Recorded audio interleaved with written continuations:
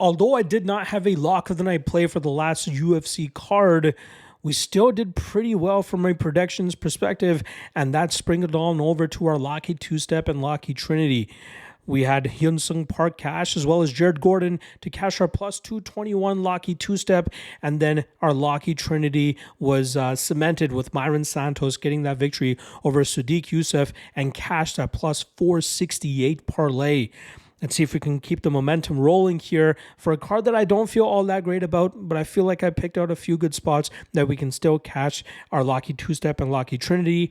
Again, I dropped these parlays to the Lock of the Night Patreon folks earlier in the week, so they're able to more often than not get better lines than when I drop it on Fridays for the public. This week, we're getting a slightly better price tag betting this fight on Friday of fight week than when I bet it earlier this week, and you'll see why when I talk about it here. So let's get right into it. First leg up in the Locky two-step is going to be Zachary Reese, who I got at minus 235. Action coming against him, push him down to minus 205 at the time of this recording as he takes on Dushko Todorovic, and I am fully fading the deteriorating durability of Todorovic here. I think Reese is too fast, too powerful, too explosive, and I think this fight honestly finishes under a half a round. I expect Reese to get to the business pretty much immediately, and it's going to cause Todorovic to go down crumbling, and that will allow Reese to get his hand raised, but more importantly, cash the first step in our Locky two-step. The second step is going to be Erin Blanchfield, who I was able to get closer to minus 235 earlier in the week. She's closing in on minus 250 now, so a little bit of counteraction between the two legs here, but I expect her to go out there and really put it on Macy Barber, who missed weight by half a pound earlier today and did not look all that good on the scales either.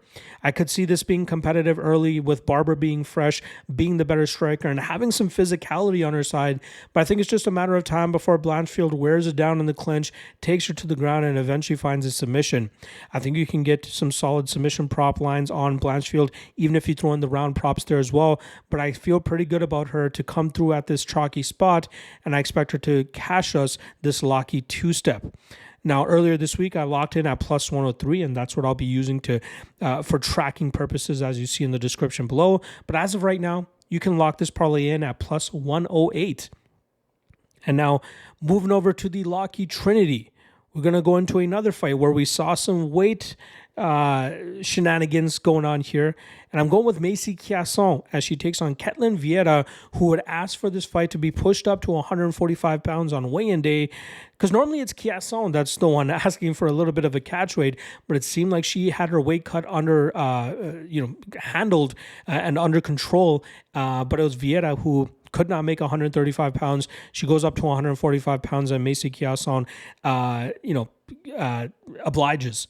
And we've seen in the past when Vieira struggles with her weight cuts, it often shows in her performances. And I think it was the Yana Santos fight where we saw a very poor Vieira on the scales the day before the fight, but even on the fight, looked horrible. And I think that Chiasson will be able to take advantage of it, just like Santos did.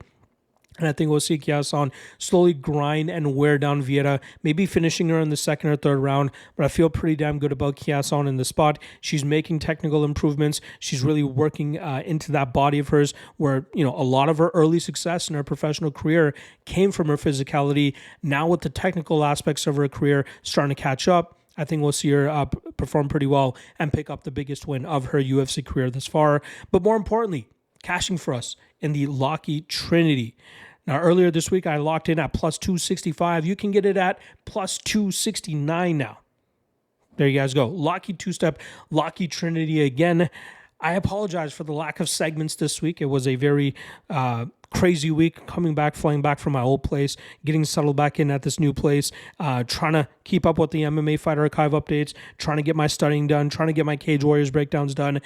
So this week we only had the Lawcast and this segment, but everything will be back to normal next week as we start breaking down UFC 316, which is the pay-per-view next week. So don't fret. All right, make sure you guys check out the Cage Warriors breakdown that I dropped a few hours ago. That goes down Saturday morning. Got full tracked plays for that as well on the Lock of the Night Patreon page, not to mention all the degenerate plays and parlays and all that good stuff for this UFC card. That can also be found on the Lock of the Night Patreon page. Link for that in the description below. Otherwise, I'll see you guys on Sunday. Good luck on all your action. See you then. Peace.